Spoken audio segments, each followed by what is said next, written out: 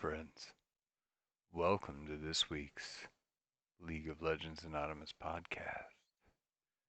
Welcome to this sexy and intimate time in League of Legends brought to you by me, your host, Wise Papa Smurf. And tonight you may notice, damn, this man is just alluringly sexy right now. And why? Why is this show so much sexier than previous shows that we have done on League of Legends Anonymous, and I will tell you why, friends. Because this week's episode is brought to you by the sexiest man, sexiest patron, alive, voted by Time Magazine, Rodrigo Gialli. Now, not this voice is taking it out of me because I am not as naturally sexy as Mr. Gialli, but I'm doing my best here. That being said, friends, Mr. Gialli's name. I did some research before the. I can't keep doing this fucking voice. There we go. All right, I did some research before the show started as to the Gialli family and the origin thereof, and I found on Google, and he may not know this himself, but Gialli or Giallo is in the singular, Gialli in the plural, is actually the Italian term designating a mystery fiction and thriller. The word giallo is Italian for yellow. The term derives from a series of cheap paperback mystery and crime thriller novels with yellow covers that were popular in Italy. Now, that said, friends, it's amazing that Rodrigo was able to overcome his rather uh, yeah, poor roots in Latin or Italian crime thrillers that were cheap and overpublished to become the sexiest man in not only Italy, but the entire world to support this show.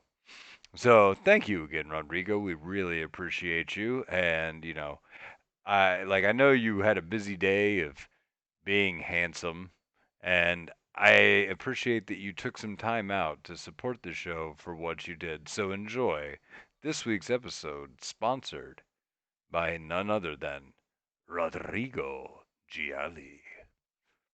All right, that being said, welcome to episode 307 of LOLA Podcast. It is I, your host, Wise Papa Smurf, coming to you solo dolo to style.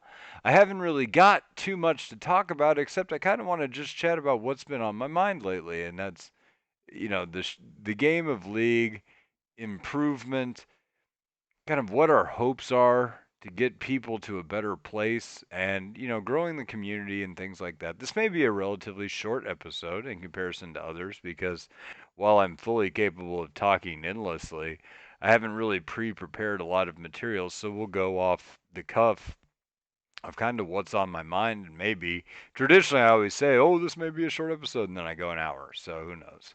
But this week I wanted to give you guys a status update. I will go ahead and open the floor for if anybody wants to donate $100 to the podcast. They can pick what I play for 40 games. I am willing to expand my horizons and, go the route of Zill and try to get the show supported as best as I can. So if y'all want to come in and either ruin my day or give me something to grow with, or just see me perform on something that I've already performed on 100,000 times, go ahead. I'm at your mercy, friends. You know where the line is at. So, that being said, if there's anything that you would like to see me play, loyal listener, go ahead, contribute to Patreon. The only thing I will ask is that because these are like first come first serve, and because I can only really do one of these things at a time, you will have to coordinate that donation with me or Zill, whoever you want to have do it, on Discord so I know what it is you want me to play. Because otherwise, I have no idea how to like take this in stride and do it for you. Because it's very difficult to communicate on the Patreon system, and it's far better to do it on the Discord. And I assume that if you're willing to be that level of a patron, you probably hang out in the Discord anyway. So hopefully that's not too far fetched, and we can go from there. Okay, so that being said, I have been dickering with the idea of playing a little bit more ranked. My life has gotten a little bit crazy. As many of you know, I have, or maybe you don't, because I don't know how much I've actually talked about it, but my wife's got a due date for our third child on April 10th of this year. So I'm expecting a third Smurf baby coming in the old household. And with that, we're moving to a larger house. So, and it's the house that I grew up in. So I've got to like renovate a house, lawyer during the day, play contractor at night, and get all of this crap done by April so that we're moved by the time for this baby. And so my life has been an like hectic fucking nightmare when it comes to podcasting. So it's been difficult, well, podcasting and playing League in general, it's been difficult to get me to do that, even though, I want to. So that being said, I haven't played the amount of ranked that I usually do or that I want to of any given year. And that said, I feel like I'm a little bit behind on the times, but I will say the game, usually by this time of a year is somewhat solved. Like usually the preseason jitters are gone, the game is getting somewhat solved, and we're seeing some aggressive patching from Riot. They're finally addressing some of the more problematic champions that the win rates are spiraled on. And I think that's a good thing for the game. I think they're starting to finally see the uh, the game come to a close. So hold on one second. Hello. Okay, school is out tomorrow for my children. Good to know. So that being said, uh, the game is starting to actually wrap to a close, and I think at least the preseason jitters are starting to wrap to a close. I think that's a very good thing for a league. I think a lot of the manic craziness that's part of the game is dying out. That being said, certain items are topping others in what their usefulness is. We haven't quite hit that sweet spot of balance that we're always looking for. And, that's okay.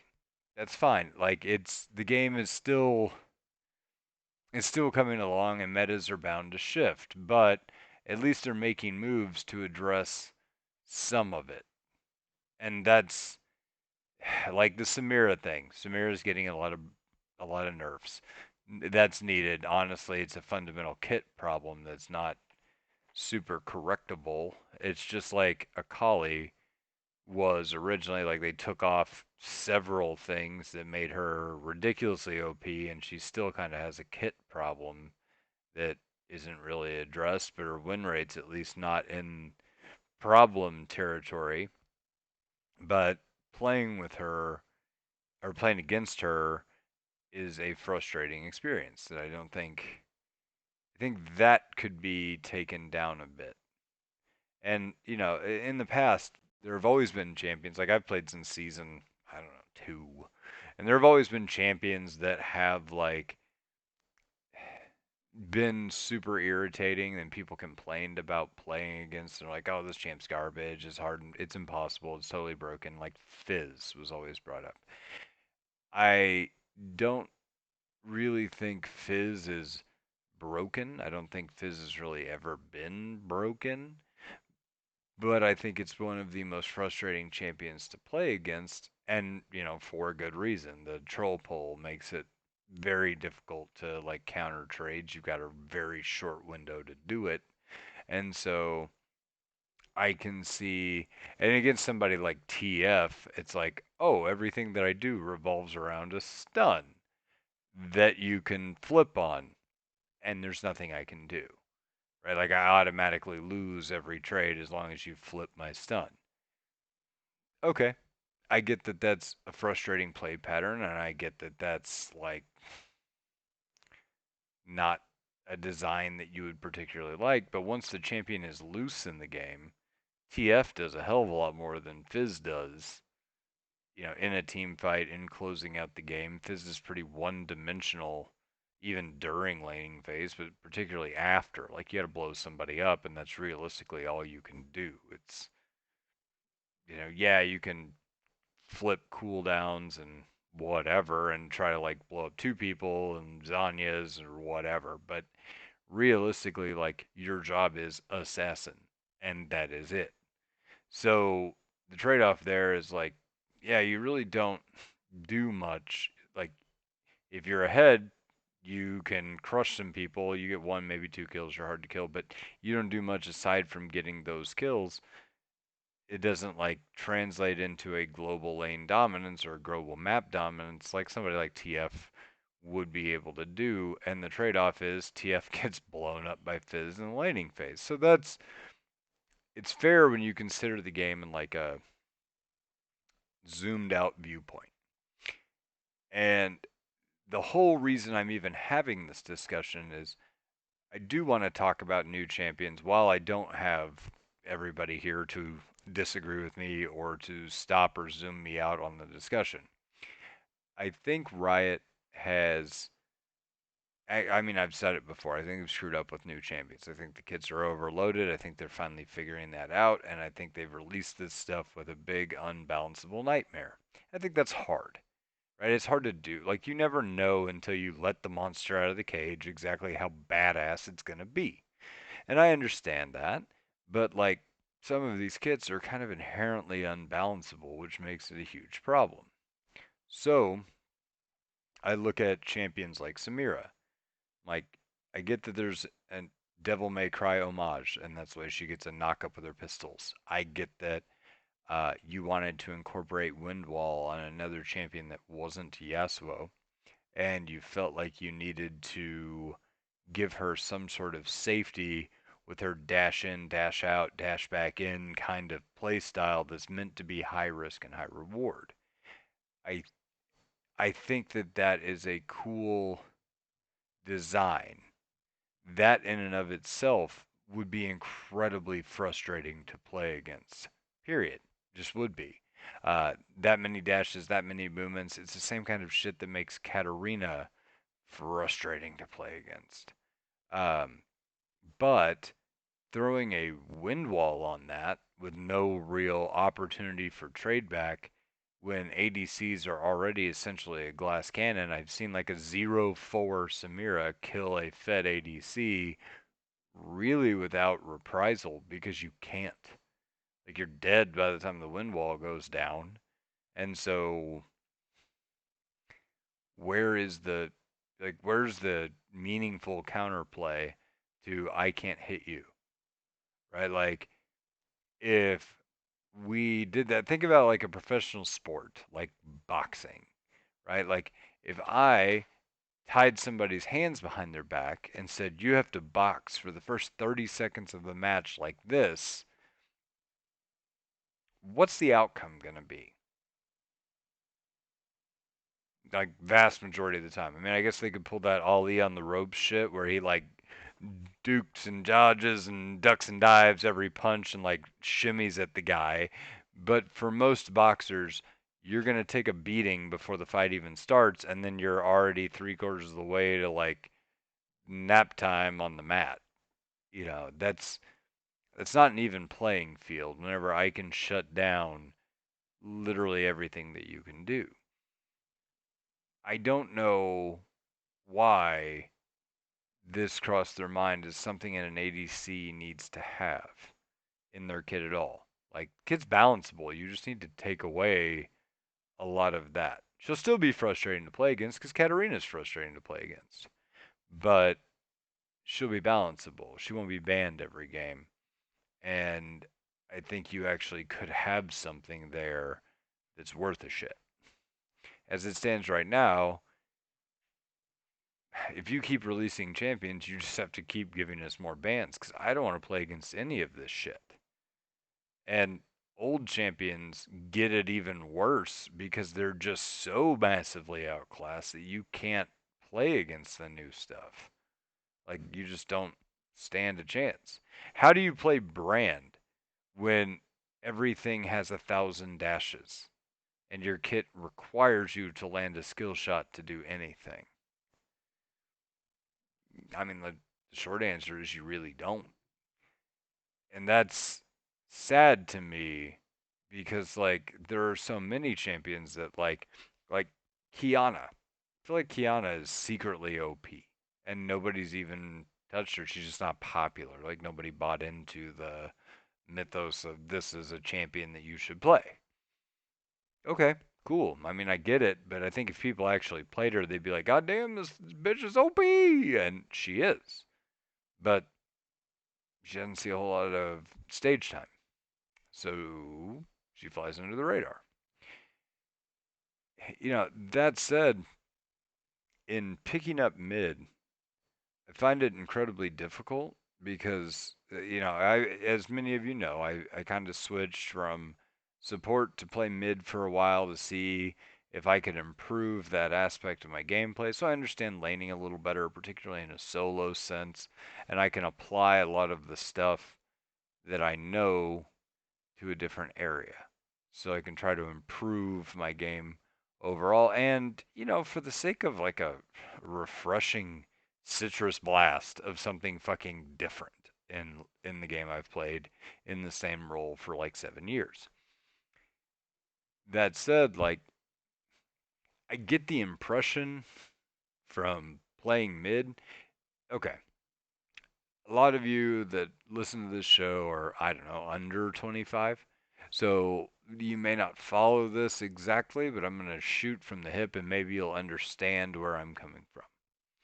So in high school, I was an all-state soccer player. I was pretty good. But this was during the time before soccer was truly a developed sport. So maybe in the grand scheme of things, I wasn't that good, but I was like late 90s, early 2000s good at soccer.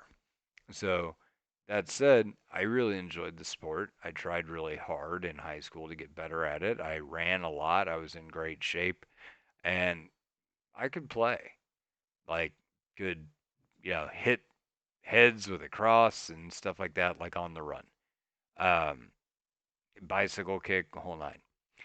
That being said, we did an alumni game and everybody who played for the high school team got an invite to come back and play like an old man game against each other. And I was shocked at how not fun it was for me. And the reason that it was so like not fun for me is that I wasn't good. Like I went back and I played it and I was out of shape. Can't run as far or as fast. I'm not as agile as I once was. My touch is bad on the ball. Like I can't trap it like I used to. I can't. I mean, I guess my aim isn't terrible, but it's nowhere near what it was when I was playing like at a much higher level. And when you look back on that, you think you're going to be a lot closer to your old abilities than you actually are.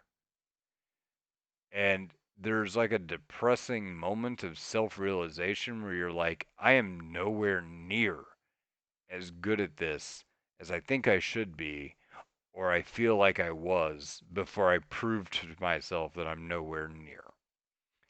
And maybe it's just that I'm too competitive, or maybe it's just that I really don't like playing down when I can do better, but that's very hard for me to like actually come to terms with, right? Like, and in that moment, I'm not having fun because I'm not playing the game as I remember it. I'm playing the game as I am. And that's a like rough juxtaposition, right? And I would think that like, and maybe even at 25 or younger, you can feel that. Like you haven't played a game for like 3 or 4 years and you go back to play it and there's like all this rust and you're like, holy shit, I am nowhere near where I was at like 3 years ago. But then like throw on a decade and a half of like not running and you can imagine where I'm coming from, right? Like what I guess I'm getting at is that we all can't have the perfect genealogy and natural, stamina of a Rodrigo Gialli, right? It takes time for some of us to get back into shape. We're all not apex males like Rodrigo is. But that's understandable because really there's only one of those in every generation. And this generation is Rodrigo Gialli. So, that said, playing mid feels a bit like that for me. I feel like I'm playing down. I feel like I'm playing with a handicap, and it's hard because I'm not used to not being as good. I'm not used to not completely knowing what I'm doing. I'm not used to being able to be taken advantage of and not fully understanding why or what I fucked up in the moment. And that's kind of, I guess, my teaching moment for you guys on this episode, or what I want you to understand is like, if you've had that feeling in League where you're like, why am I losing this? Or like, what the fuck is going on here? That's bullshit that anything should ever happen like this, blah, blah, blah, blah, blah. And you get pissed off and you don't, you really just, or you think you know why. Maybe you do know why. Who knows? But I mean, realistically, 90% of the time that you're like, oh my God, that's bullshit. Because I've said the exact same thing, not quite in that tone. I have a natural baritone, but oh my God, that's bullshit. You know, um, 99% of the time, it isn't. And you just fucked it up. And you probably don't understand why. So it's easier to say whatever happened is bullshit than it is to actually like face it. And I'm as guilty or more at that. I don't understand the matchups. I don't remember like how to play. Not remember. I never knew some of these matchups. I don't know if, Fizz is particularly good or particularly bad into Akali, exactly what the trade windows are, etc. I'm learning all this shit on the fly. And I mean, maybe I could do some research and stick to one champion. Actually, I know I could do some research, stick to one champion and one trick, and that would be better. But I'm trying to like put my finger on the pulse of like what champion I realistically want to commit to, or at least top three that do different things that I want to commit to playing so that I can climb in this role or so I can better understand it. And yes, understanding comes from repetition. Understanding comes from, doing your best to minimize the variables that you're facing. So one tricking is helpful in that regard. And if I was deadly, deadly, deadly, deadly serious about climbing mid, then I'm gonna one trick. But before I one trick, I want to figure out who that's supposed to be and what playstyle it is I'm gonna try to one trick in particular, right? So there's a hell of a lot of difference. Like mid is so flexible in the amount of ways that you can play it and be effective. You could be an assassin, you could be a control mage, you can be a burst mage, you can be an AD bruiser like Aurelia or Aatrox or Garen. Like tons of shit is available to you if you know how to play it. And you have to decide what that's going to look like for you. And you know what? Like I don't have enough experience with this role to determine that for myself at the moment. So I'm trying out new things. And that's cool. Like, I want to, but it's frustrating because I know that I'm not playing at the top level of what I'm capable of. Fuck, that's why support was so frustrating for me last season. Is I also recognize, like, man, I'm not playing at a level I was playing at when I was like Diamond 3 on the cusp of Diamond 2. Just not there. And part of it's that the meta has shifted. Part of it's that, uh, I I don't necessarily agree with that. It takes more to be diamond now than it did in previous seasons. I'm sure that's somewhat true, but I can't imagine that it's that much of a difference. I think I'm just playing that much worse. and I'm not seizing opportunities that I sought before. And part of that problem is because I haven't really taken the climb seriously. I felt like I deserve it, right? Like I deserve a rank higher than me. So if I just play, I'll get there, right? And you know what?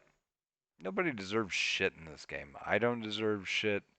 You don't deserve shit. You earn everything you get in this game. Whether you decide you want to earn it in 50 games or 1,050 games is entirely up to you. And you may get there and you may never get there. But the reality is, like, the game is directly related to how much effort you put in. And there are certain distractions that I never want you guys to fall into, and that is like the state of the game matters, right? It doesn't. The fact that these items are currently broken doesn't matter. Use the broken ones. Yeah, maybe your roll is weak right now, as the ADCs always claim. Our roll is weak, our roll is busted. I'm a glass cannon. I can't do anything. Nobody peels for me. Blah, blah, blah, blah, blah. Yet, people climb in that roll. Figure out how they do it. I mean, that's overly simplistic. That's like the Korean advice, like, don't die. Like, yeah, okay, if you never die, you'll win more games, I'm sure. But early on, probably better to die because then you're at least taking chances that inform your decisions on how you can actually be aggressive and win games rather than backseat drive them. But then at some point, to perfect your games, you're going to have to not die. You're going to have to learn when aggression isn't appropriate. But like crank it to 11 first.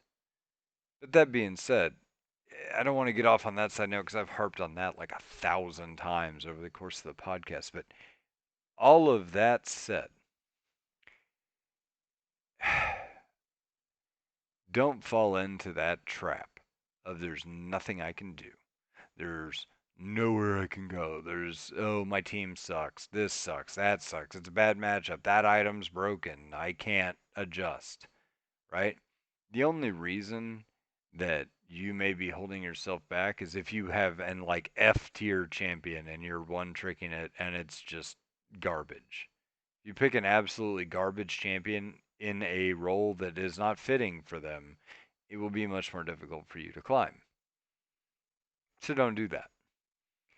But play what you enjoy, man.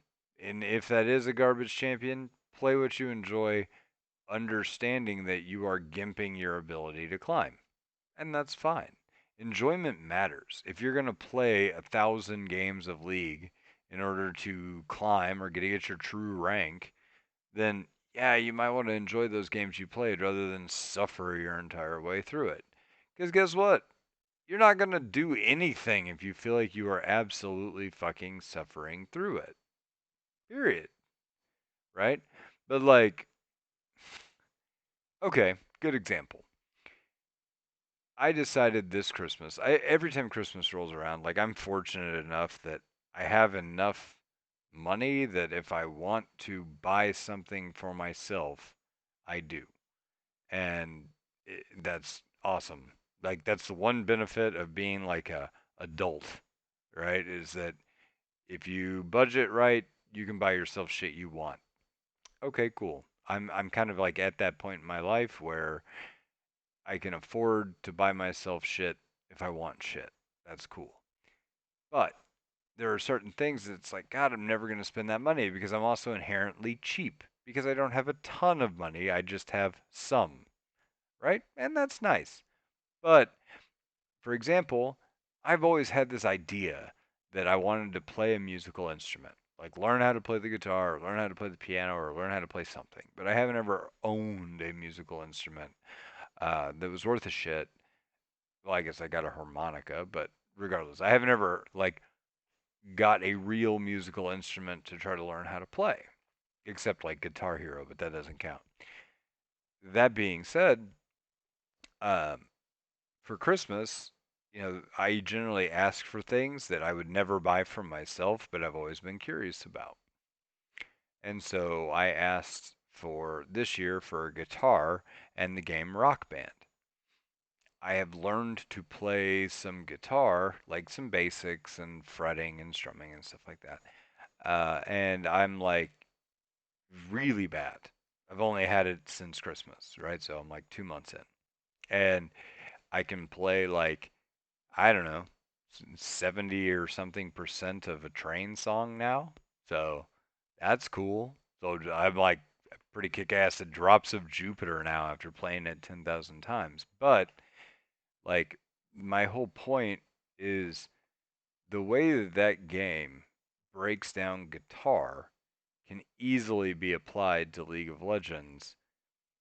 And the key is repetition and then building on something to do something greater. And it's not fun. Like, I didn't pick up the guitar and I'm like, all right, this is going to be so much fun. Let's learn more guitar today. Like, it felt a bit like a job at some points. Like, I made some rules for myself that's like, okay, I'm going to take on these like lessons. Like it's like, oh, hit this drum in this order, then hit these notes and then hit these notes. And I'm like, I'm not moving on to the next lesson until I 100% this lesson. And I played it over and over and over again, challenging myself to get 100% before I moved to the next thing. And then now I'm to the point where the next lesson is so fucking hard that I'm not going to be able to get 100% for a while. But I've built up enough skill that I can improve finger dexterity by doing something else. And then when I come back to it to try to get 100% on it the next time, it's going to be a lot easier because I will have naturally progressed in like teaching my body this muscle memory that I need in order to improve. Yeah, League of Legends is the exact fucking same thing. If you can't orb walk, it's going to be very difficult. And orb walking is auto attack, shoot, move, auto attack, shoot, move. Like bam, move, bam, move, bam, move. And moving closer and further away depending on how the fight's going, whether you kite or pursue. If you can't do that basic action, there's so much of the game that's just not available to you because you're not going to be within range. You're not going to be able to put out enough damage to put somebody in like fatality zone unless they do something incredibly stupid. Those kind of fundamentals are the things that you build on. And I swear to God, when I'm trying to learn guitar, it felt like I didn't have hands for a while. Like I'm hitting strings. Fucking everything that I'm doing sounds like shit. It's super delayed. I can't get my brain to process where my hands should be and hit the strings that I'm supposed to hit. And it sounds like a squealing bat for 90% of what I'm playing. But now, after I've done this for a while and after I've put in some actual effort on improvement and playing the same thing over and over again until it feels natural to me, my hand starts doing stuff without me thinking about it. I'm like sliding down frets to a point on the board where before I'm like, I'd have to look at it and do it. Like one of the first things that I tried to train myself on doing and playing the guitar is stop looking at the fucking neck of the guitar. You know, nobody who's good at the guitar stares at the neck while they're playing. You just don't do that. I mean, I guess you do if you're like playing like killer shred solos on the very bottom of the guitar, but I mean realistically though, if you're strumming and you're playing, you're not looking at what you're doing. You feel it because you know. You know because you've like fucking played guitar 1,000 times. You develop that skill. That would be like the functional equivalent of turn off locked camera, you dunce. Like you can't play League of Legends really effectively with lock camera on, just like I can't learn to play the guitar by staring at my left hand while I'm playing. Not only will I look like an idiot, I'm not dropping any panties at the rock show fucking staring at the fret hand as I play. I look like a weirdo, right? You're not dropping any diamonds in League with your camera locked. You're just not. And it was suffering to get myself through that. I had to commit to suffering. I had to commit to listening to screeching failure for a good long amount of time. Or like, oh man, I'm doing pretty good. And then it's like, and you're like, God damn it, I missed it. I missed it and I don't know where to find it again. And then I've got to like reset and I've missed a whole bunch of the song. But then I start coming back to it and I'm like, okay, I'm back. It sounds decent again. That's frustrating. It's frustrating to ruin your experience. But improvement requires reforging your technique. And that is applied pressure and heat is what's used to reforge anything. You're not going to get better at this game without applying pressure to yourself and without putting yourself in an uncomfortably hot situation. Speaking of uncomfortably hot, thank you, Rodrigo Gialli, for sponsoring the show. You see what I did there. Anyway, that being said, I talk to so many people that I coach, and I say, "Hey guys, like, did you watch the UNSW Law Society videos? Do you have like a basic understanding of the things that I'm going to try to teach you? Because I can point out opportunities to improve, but you really need to understand what the basic rules are before I spend a ton of time talking. Like, I'm tweaking you rather than you know, just laying a foundation for you to improve. And those videos can lay the foundation if you just watch them. And 9 out of 10 people, they haven't watched the videos. And it's like, okay, how committed to improvement are you when you're not watching material? At a baseline level, you got to do something. I didn't just buy a guitar and start slapping my hands on it. Like, I bought a game at least to teach me kind of the baselines of how to do it. And if I didn't buy that game or the game didn't exist, I would have gotten lessons from somebody. So I have a basis to learn with. And in League, all of those things are available online. Like, all of it's on YouTube. You can find tons of material in order to get better. You are not alone in this. The podcast is here. We have tons of people to play with. I'll teach you how to do whatever it is you want to do. I mean, yeah, we'll do full on VOD reviews with you for over an hour for $5. You'll get your money's worth. But that being said, shit, like for years we did that for free. If you asked and you just showed up in the Discord and asked me at a time where I wasn't already playing the game, I would make that happen. But I want you guys to understand that getting better at League doesn't happen passively. I had a friend who, when I started playing this game, I was bronze as fuck. I was not good. I played ADC. I was fucking atrocious at it. I wasn't bad at the actual, like, champion, but I was bad at everything that makes you a good ADC. So I would fall into being completely ineffective and I wouldn't know why. The answer was that I was CSing poorly, so I didn't have the money to stay ahead of my opponents, nor was I particularly powerful in levels because I was splitting all my EXP with support. But I didn't fully understand why I kept falling so much behind into uselessness, and I mean, the answer was fairly obvious. I didn't do ADC things well enough. Um, but that said, like, I had no appreciation for why I sucked. And then I watched the UNSW Law Society videos. It gave me something to work on. Well, I also played support after that, but regardless, it gave me stuff to work on, and I improved rapidly. And then I refined what I watched into my own style. And then I improved meaningfully beyond rapid improvement, meaningful improvement. And that was a huge change. But I had friends, the friends I started the game with, a lot of them are all still in silver. I mean, they've gotten out of bronze, but a lot of them are still in silver or low gold. after 7 or 8 years, and they're like, well, why can't I ever break out of this? And I'm like, well, it's because you haven't tried. You know, like meaningfully tried. You're just playing games, right? Um, but that said, like, if they're not getting better, meaningfully better, after 3,000 games of League of Legends, why do you think you will? Are you special? Are you a naturally gifted gamer? Are you just the Rodrigo Gialli of your gaming group? Like, no, you're not. The reality is, like, you have to put in effort in order to climb. Period. No way around it.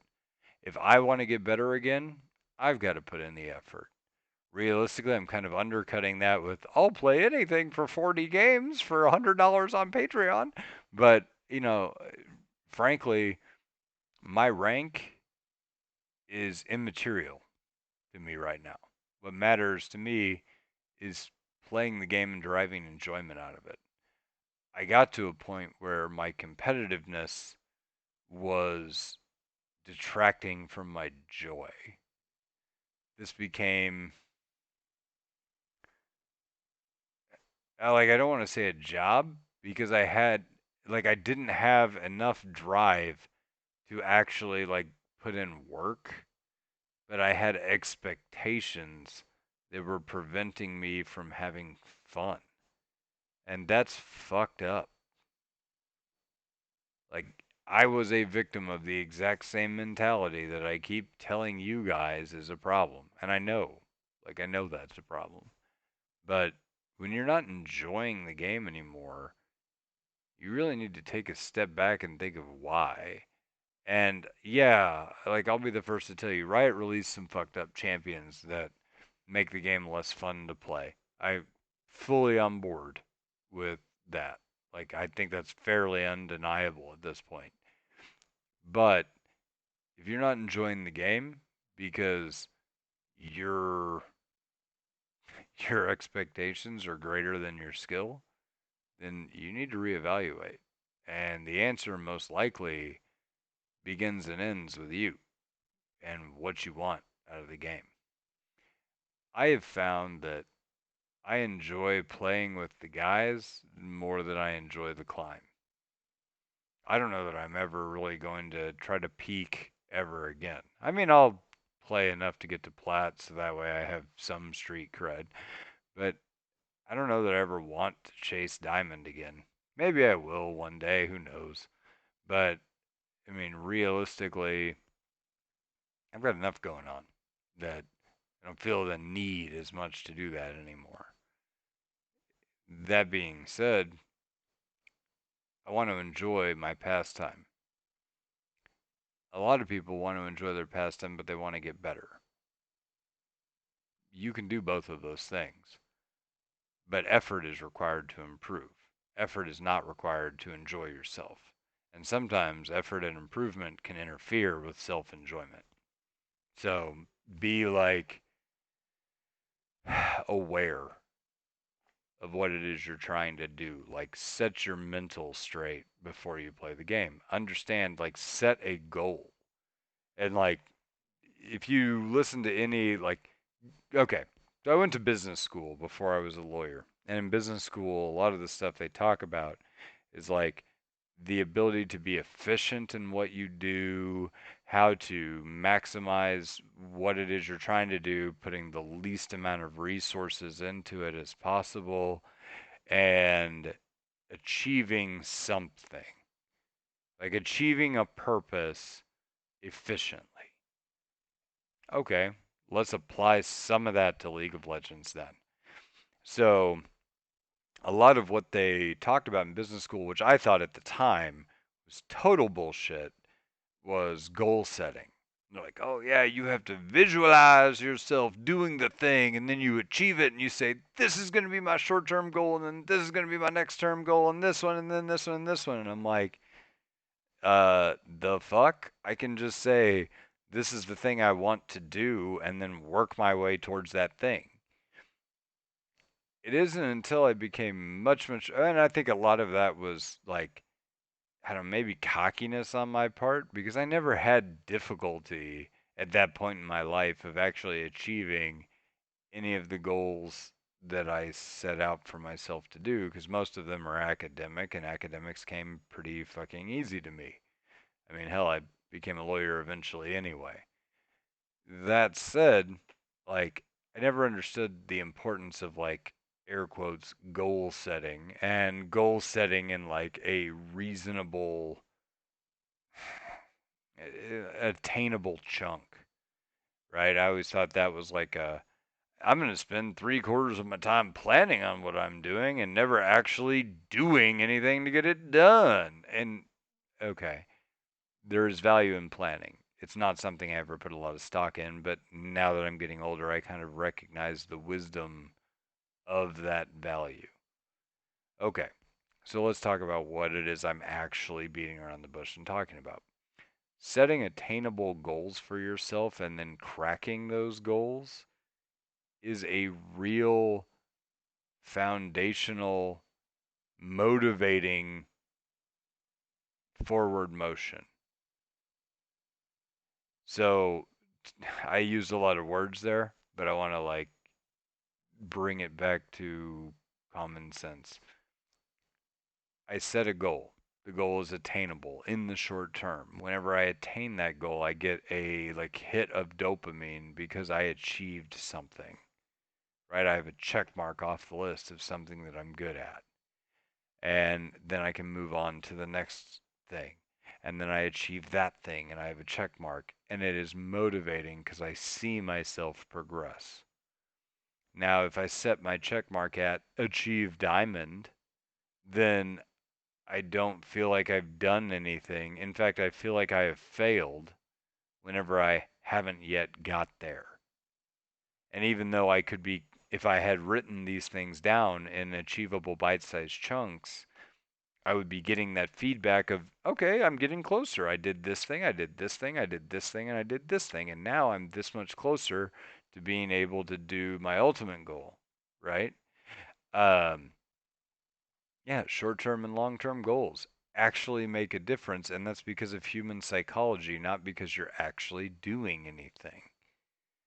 And yeah, you like motivate yourself with success rather than demoralize yourself because you haven't hit the long-term goal yet.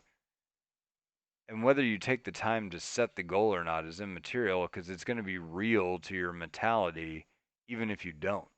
Because if you have no goals, you only have the end goal. Period. And yeah, you're going to hate the process of getting there because it seems forever long and it's discouraging, right? So to use my learning guitar analogy from earlier, that is the one thing that like whenever Rock Band teaches you, it really breaks it down into like bite-sized chunks and tries to like encourage you to take that next step.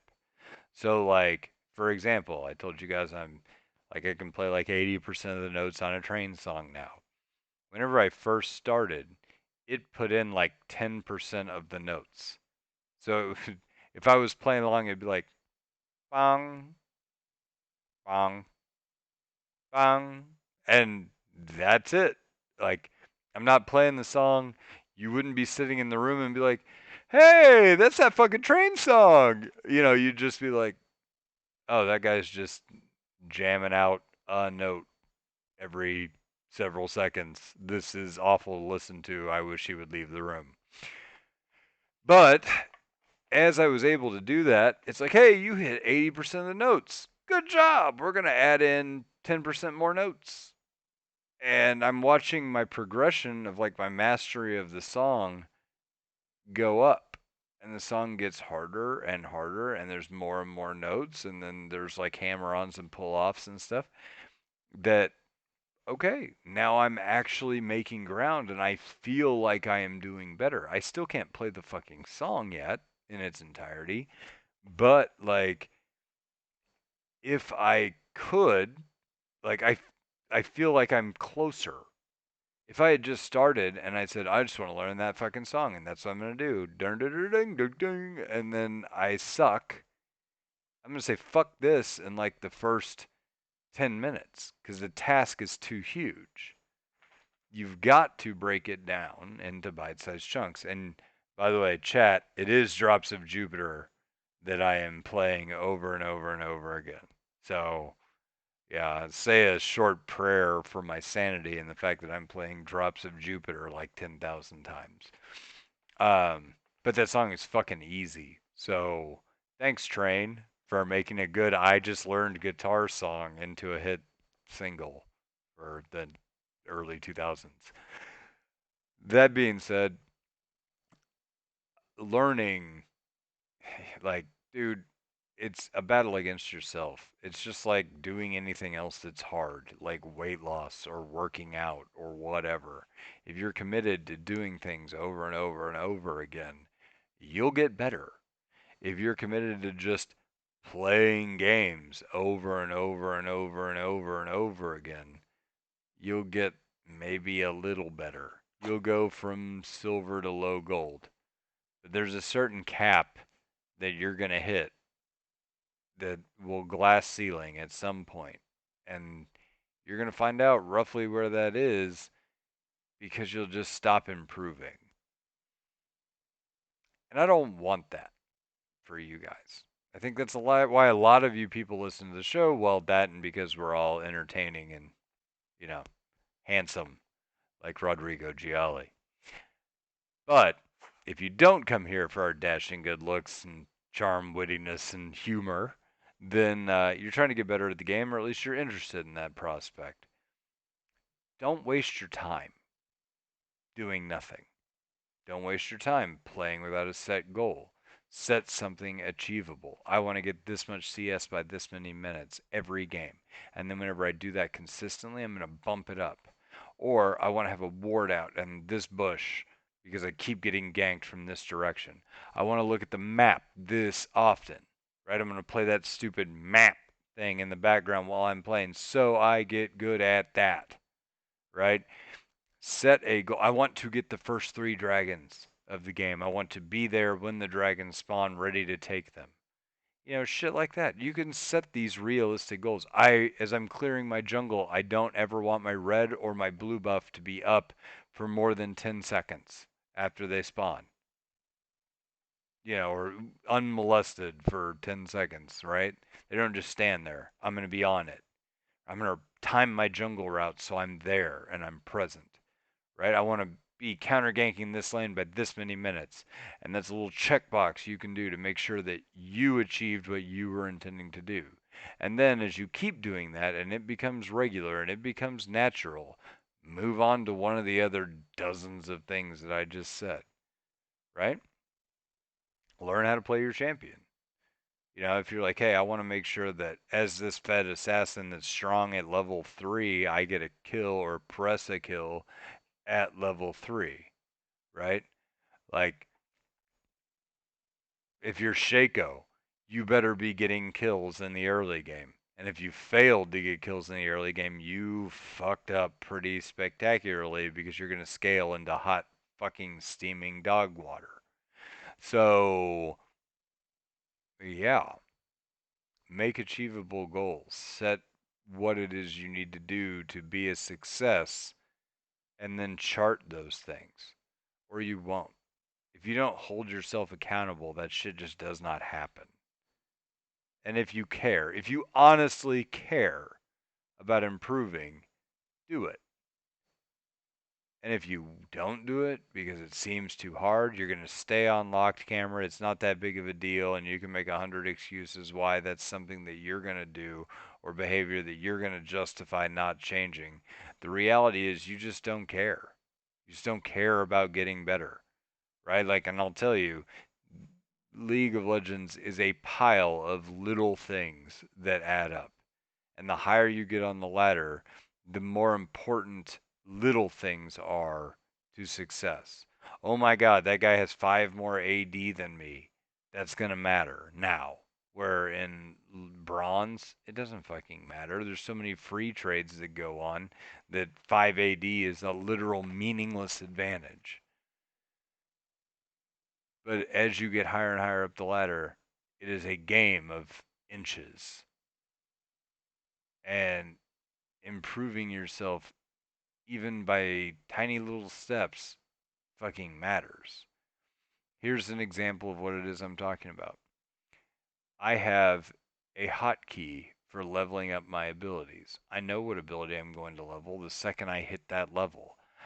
I am ready for the level because I know roughly where I will level based on the amount of minions that exist in the game and based on the current amount of time in the game. Like I have a sixth sense for it by now. I level almost instantly after I get an ability unlocked. I level faster than some pros level their abilities. I've watched it on streams. I'm like, Jesus, he's waiting forever to level that ability, and sometimes they die because of it. If you do this stuff reflexively and you let it become part of your, like, just part of your natural inclinations, there is so many times that I have saved my life because I leveled up an ability and did 20, 30 more damage, or it came off cooldown a second or two faster, and then I won a fight because of it. That I would have lost had I have tried to click to level or had I tried to do any any of the stupid crap or just waited to level because hey, that's just another thing that I can't spare the mental energy to hit right now. You know, if I don't excuse that behavior and I try to honestly improve at everything I do, there are those kind of things that will matter. And how many games have been decided because you went down a kill or two kills in a bot lane and then you just can't come back because you're too weak? There are tons of games that have been decided by that. And if you died because you didn't level up your ability quickly enough, that's just one instance of where something that's really small may have determined the outcome of a game. Don't make excuses for it. Get better at it. It's nobody else's fault. There's a ton of things that you can improve on. Even me, there are a ton of things that I can improve on. There are going to be some games that I'm going to lose because my teammates are absolute total brain dead chimpanzee Neanderthal dumb fucks. This way, like if you imagine the opposite of Rodrigo Gialli, and I get those teammates, mm, those you're gonna lose those games. Okay, but if I'm constantly improving myself in the way that I'm talking about, what do you think my trajectory is gonna be overall? What do you think yours would be? All right. I'm going to leave you guys with that. I'm not going to beat a dead horse anymore. We're at about an hour. Special shout out, obviously, to Rodrigo Gialli. He's the sponsor of this show, and without him and the financial support that people like him provide to the show, we probably wouldn't exist. Because as much as I donate my time to this, I don't really want to pay for server costs out of pocket for something I'm already volunteering for. So thank you guys for supporting the podcast. I truly appreciate it. Thank you all for the Discord support. We have enjoyed an unprecedented amount of boosts. And our server has like all the improved streaming capabilities and stuff that comes with that. So thank you again, guys, for if you boost the show or if you support the show. I truly appreciate your support.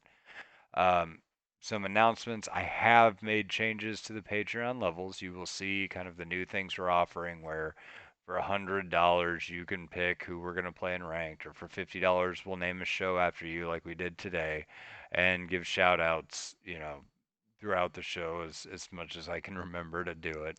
And then for, $5 we'll do VOD reviews and stuff like that and post it to YouTube channel so you can see those later if you ever want to go over them again. Or if you want to explain to your duo partner what they did wrong, stuff like that.